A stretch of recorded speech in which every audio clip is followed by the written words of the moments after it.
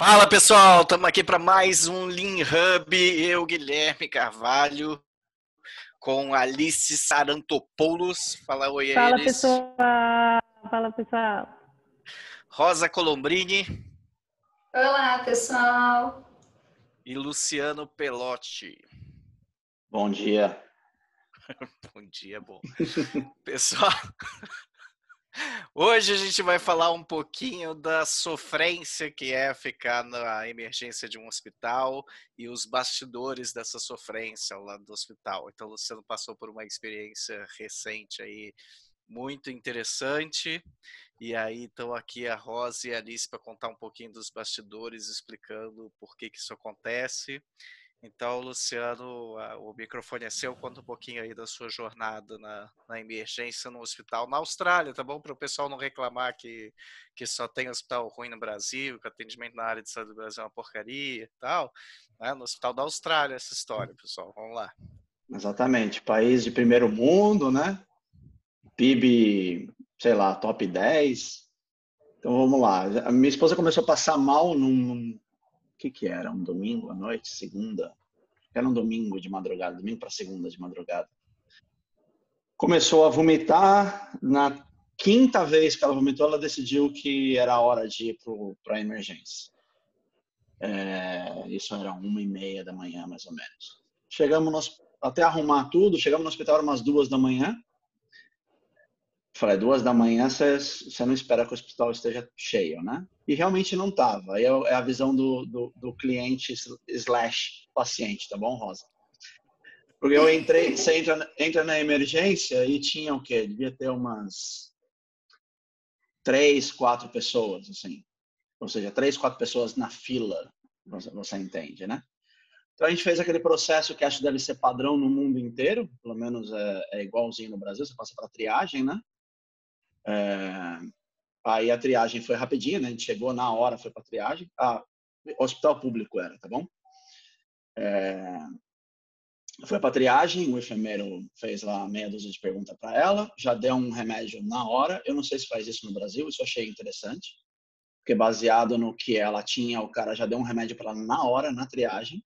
Falar, isso aí eu consigo tratar você, acho que se você tomar isso aqui, você vai melhorar já, até você passar no médico. Então, isso para mim eu achei eficiente, é uma coisa que eu não tinha visto no Brasil ainda. E, de fato, ela começou a melhorar. E aí, no final da triagem, tudo isso eu estou falando com 10 minutos de atendimento, eu falei, nossa, a Austrália é muito melhor, né? Olha só que atendimento eficiente. Você está até medicado. Exatamente. A gente, saindo da triagem, o cara falou, olha, tá meio cheio hoje aqui, talvez vocês tenham um pouco de espera. Aí eu olhei de novo lá fora, né? Tinha as mesmas 3, 4 pessoas sentadas. Eu falei, nossa, o conceito dele de cheio é um pouco diferente do meu, né? Eu falei, tá bom, vamos esperar um pouquinho. Aí passando televisão ligada, passando aqueles facas Guinso, meias Vivarina, né? Aqueles programas que passam de madrugada na TV aqui, né? E aí eu comecei a mandar mensagem para vocês, 1h, 1h30, 1h45 de espera, 2 horas de espera, a Ju é chamada. Eu falei, nossa, 2 horas, né? Honesto, né? Ela foi chamada para tirar sangue, para continuar a triagem, para poder fazer um exame de sangue. 2 horas depois. Ainda não tinha visto o médico, né? Não, sem ver o médico, tudo enfermaria.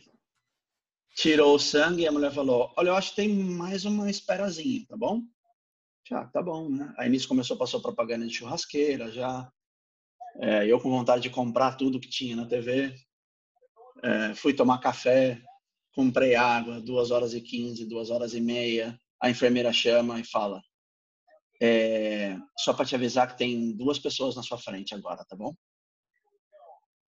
Aí, com 3 horas de espera, a gente resolveu ir embora, porque já eram mais de 5 da manhã. A gente tinha um dia longo pela frente, fazendo mudança, né? Falei, não, eu queria que ela tivesse ficado, mas ela falou, não, eu não aguento mais ficar aqui, tô com dor no corpo já de ficar nessa cadeira, tudo. E aí foi quando eu comecei a mandar aquelas mensagens para vocês, né? E a Rosa até comentou, vocês não veem o que está acontecendo nos bastidores. E, Rosa, essa é a minha opinião, tá? Eu acho que o grande problema é esse, a falta de visibilidade e de transparência para o cliente. Porque se eles tivessem falado, olha, você vai ficar aqui 4 horas, beleza. Eu acho que a frustração ia ser logo no início, mas eu já sei o que esperar. Para mim, o que mais me incomodava era o fato de eles não terem ideia do que ia acontecer. Porque falando, vai ter uma espera, um pouco de espera. Um pouco de espera não tem tempo, né? Você não tem medida de tempo aí. E isso foi o que mais me chamou a atenção, de a gente não ter a mínima clareza do que estava acontecendo. E aí eu via, né? Quando você falou dos bastidores, eu comecei a olhar, falei, deixa eu olhar diferente, então. E eu comecei a ver que a entrada dos paramédicos não era pelo mesmo lugar que a gente entrava. E eu vi que entrava paramédico toda hora. Toda hora tinha paramédico entrando pela outra porta. Eu falei, acho que é aí que eles devem estar ocupados. Os médicos devem estar atendendo o pessoal que chega de ambulância e a gente não vê daqui. E aí eu não sei, conta um pouco aí do que vocês veem por trás e a gente como cliente, paciente, não vê. Mas para mim eu não sei se para vocês essa informação é clara e vocês preferem não compartilhar com os pacientes exatamente para não gerar essa sensação de, 4 horas? Como assim? Ou se realmente não existe mesmo essa clareza. A Alice tem um estudo que ela leu recentemente, acho que ela vai também poder comentar um pouco isso de reduzir, né, a ansiedade das pessoas que estão aguardando, mas é um fato que, por exemplo, no Brasil, muitas das emergências, o fluxo acontece na nossa frente, né, na frente nossa, que eu digo de paciente, né?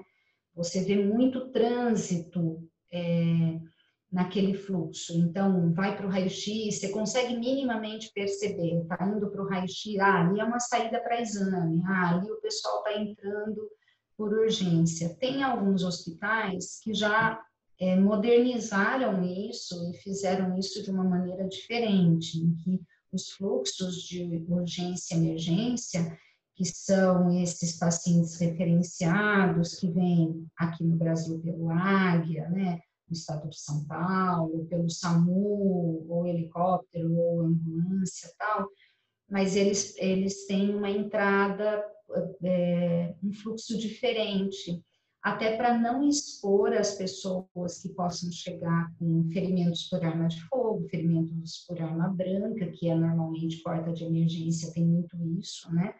Infarto, enfim, situações mais graves, não expor nem a pessoa que está vivendo aquela situação, tão poucos pacientes que possam também ficar impressionados. Então, acho que a gente vive uma diversidade de realidades bem diferentes em relação às emergências.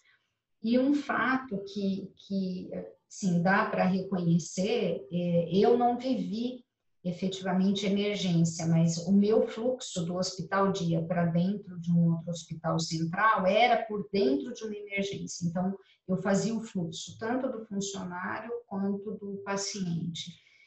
E o que acontece de fato é que não há esse protocolo de avisar o tempo previsto de espera. E também não há em todos os hospitais a orientação a respeito da avaliação de risco, que é aí que a questão pega, né? Então, você tem 5 categorias na avaliação de Manchester. E quando você tem essa avaliação, quem for verde e azul vai ficar bastante tempo esperando, mas o paciente, obrigatoriamente, ele não sabe disso. Ele não sabe que existe uma avaliação de risco, ele não sabe que ela se chama Manchester, que ela está categorizada em 5 níveis, em 5 Eu acabei de aprender tudo isso. Né? E que Às vezes você não sabe nem que cor que você recebeu ali, né? Por exemplo, esse final de semana eu tive uma situação de família que eu fui a um pronto-socorro, uma emergência também da cidade. E lá eles dão uma bolinha. Então, os pacientes ficam com uma bolinha no peito, sabe? Se é verde, se é azul, se é amarelo, vermelho. Mas, assim, também não foi explicado o que era aquela bolinha. Então, ele olha para aquela bolinha, ele fica olhando. Eu sou uma bolinha aqui, azulzinha, Deixa eu ver quem verdinha. mais ganhou a verde aqui. Vai rolar um sorteio. Então, acho que existe isso, essa comunicação, né? Muitas vezes, por exemplo, no Brasil, a gente tem o índice de analfabetismo funcional é alto, então até pode ter aquelas tabelas explicativas, mas também muitas vezes não é muito claro. E a equipe, em várias situações, está tão sobrecarregada, porque como esses fluxos não são tão claros, não é claro também para a equipe, muitas vezes. Então, ela vive fluxos e contrafluxos ela mesma. Então, é difícil para ela daí, quando ela está na linha de frente, ela conseguir, ela por si só, criar isso. E a outra pergunta é a respeito da medicação.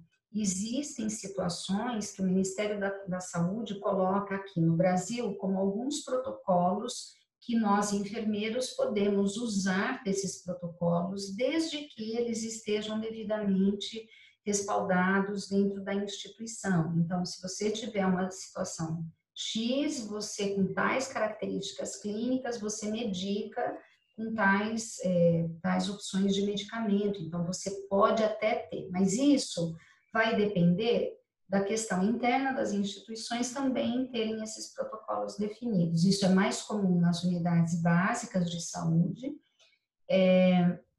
do que nas emergências. E um outro aspecto interessante também é que, então, assim, claro que a enfermeira que fez a tua avaliação de risco e já pôde medicar a sua esposa, ela estava respaldada dentro desse protocolo devidamente definido ali para aquela situação. Vômito, sem febre, possivelmente, né? Sem febre, não sei o que, medique com tal coisa. E aí ela acabou agilizando, atenuando uma situação e talvez colocando ela no fluxo da coleta do sangue. Né? Aqui, Rosa, uma dúvida. Aqui no Brasil, a enfermeira na triagem pode medicar legalmente? Pode medicar? Ela só pode se é isso que tem que ter um protocolo institucional respaldando essa medida. No geral, a enfermeiro não medica sem esse protocolo. Os enfermeiros têm uma autonomia maior nas unidades básicas, até por lidarem muito com a questão da saúde preventiva, então muito com vacinação, então tem puericultura, tem várias coisas ali que acabaram sendo protocolizadas, vamos dizer assim, até porque o médico na unidade básica, ele é mais distante mesmo. Sim. O enfermeiro é a figura clínica mais presente, então acaba se desenvolvendo isso.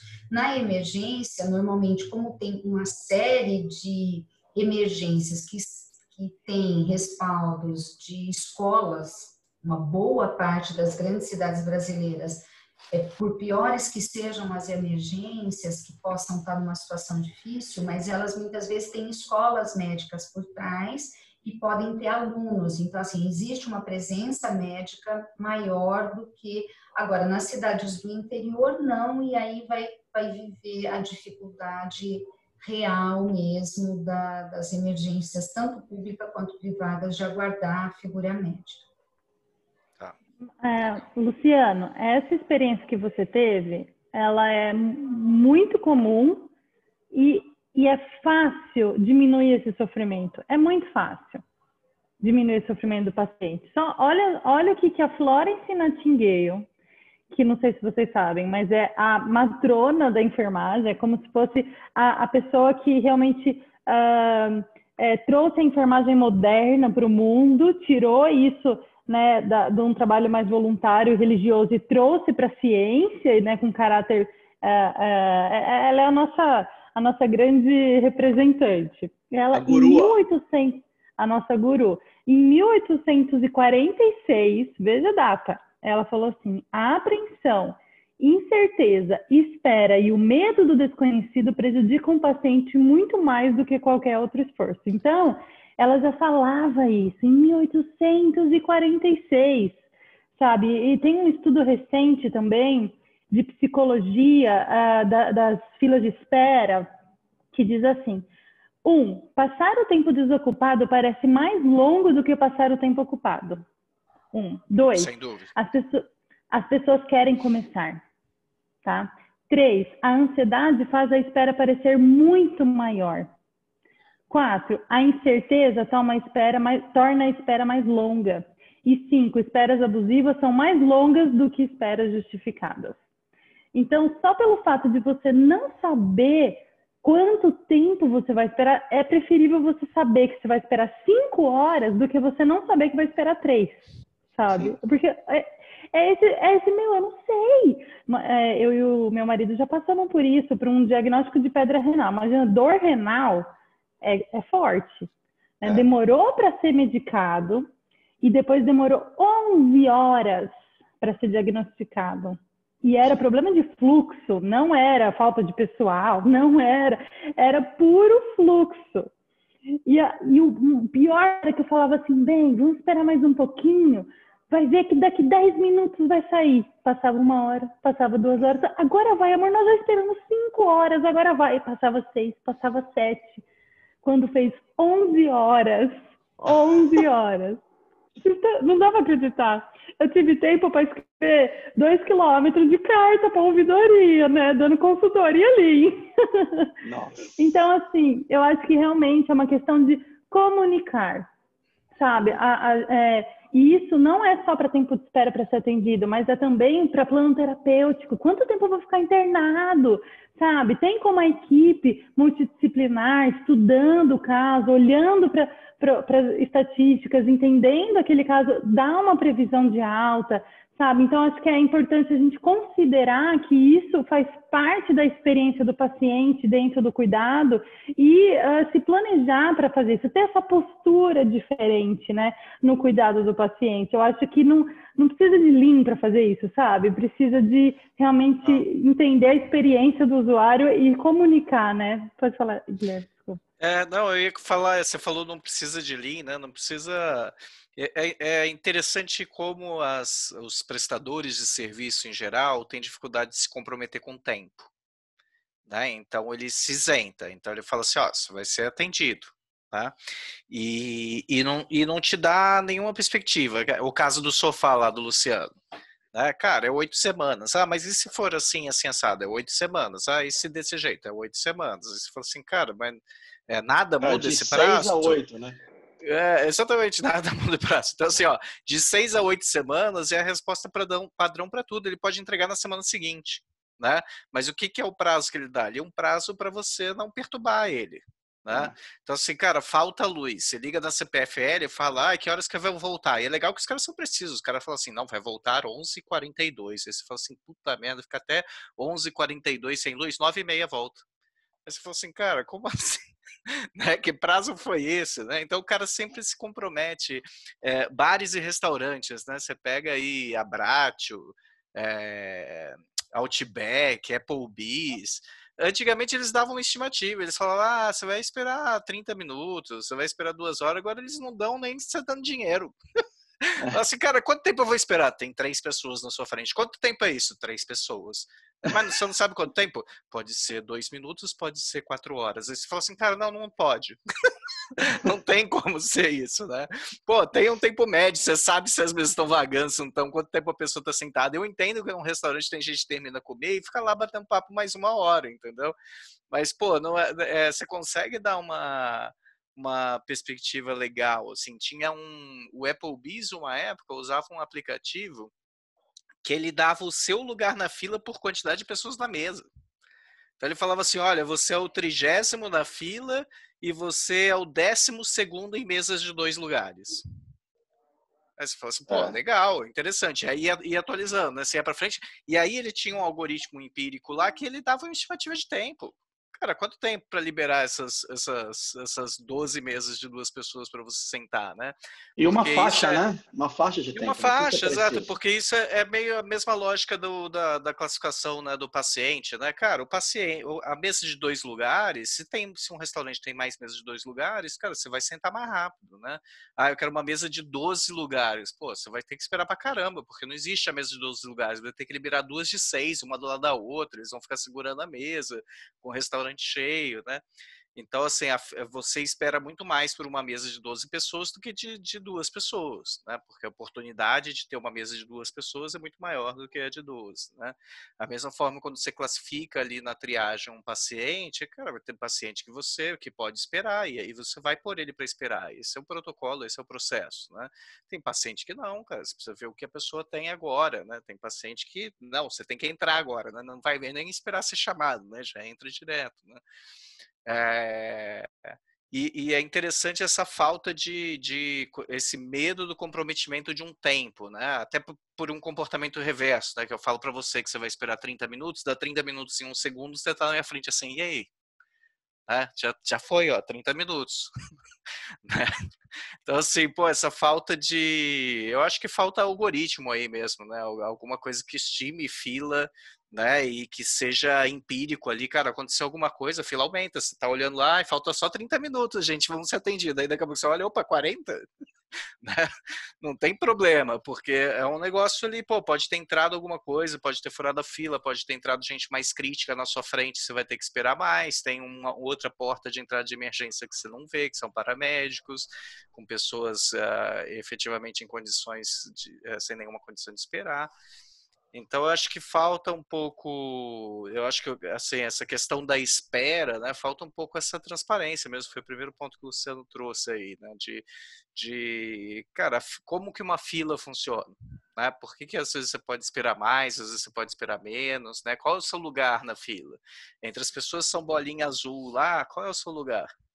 Ó, você, cara, é o 30º cara bolinha azul, só que antes do bolinha azul tem o bolinha amarela, tem o bolinha vermelha, né? Não sei se o verde ou o azul antes ou depois, mas enfim, entendeu? É deixar ser um pouco mais transparente nesse processo de espera com as pessoas, né? O que eu achei interessante que a Alice falou eu não sabia dessa enfermeira aí, que parece ter nome de atleta, de atletismo Nightingale. americano. O que eu achei mais legal é que a simples transparência já melhoraria a experiência do paciente, sem melhorar nada do fluxo, nada. A gente está falando assim, eu só estou te dando informação, você já vai se sentir melhor.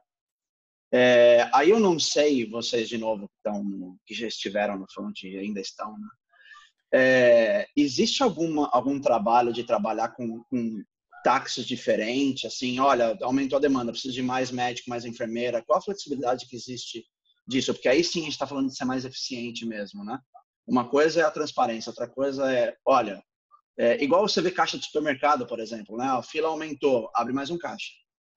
É isso aí. Não, então, aumentou a fila, abre mais um posto de triagem, ou põe mais um médico para atender. Existe esse tipo de estudo, eu não sei. Agilidade, não flexibilidade. De flexibilidade. Vocês já viram isso na experiência de vocês? Eu, particularmente, não. Eu vivi 3 vezes durante minha permanência em hospital, eu fui convocada para 3 situações que fugiram absolutamente a demanda da emergência do hospital. Uma delas foi super noticiada, não sei se vocês se lembram, mas quando teve a queda ônibus, né? na ponte, na Dom Pedro, que um ônibus pegou, um caminhão pegou, né, a passarela de pedestres e tal. E aí teve uma explosão, então isso gerou realmente uma convocação de pessoas que estavam em outros serviços para descer para a área de emergência. O que se tem é um cálculo de pessoal que, em tese, se considera a demanda daquela unidade e se faz um cálculo de plantonistas, médicos e de enfermeiros mediante esse cálculo através de um sistema de avaliação, sistema de classificação de pacientes, tanto para enfermagem quanto para médicos, que são os dois no caso das emergências, os 2 principais profissionais. Claro que a gente sabe que depois impacta todo o resto, né? Raio-X, lavanderia, centro cirúrgico e tal.